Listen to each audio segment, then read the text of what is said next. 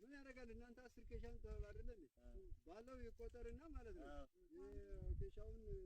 የሆነን ይሁንና የተረፈውን ኬሻ ይመልስ ኬሻውን ለእናንተ ለሱ የሚወስደው ይወስዳል እናንተ አሁን ለምሳሌ 5 ኬሻ 10 ቢወጣው 10 ከወጣው 5 ኬሻ ለእናንተ ይሰጣል 5 ይዞ ይሄዳል 10 ከ20 ከወጣው 20 ለ10 ለእናንተ ነው 10 እሱ ነው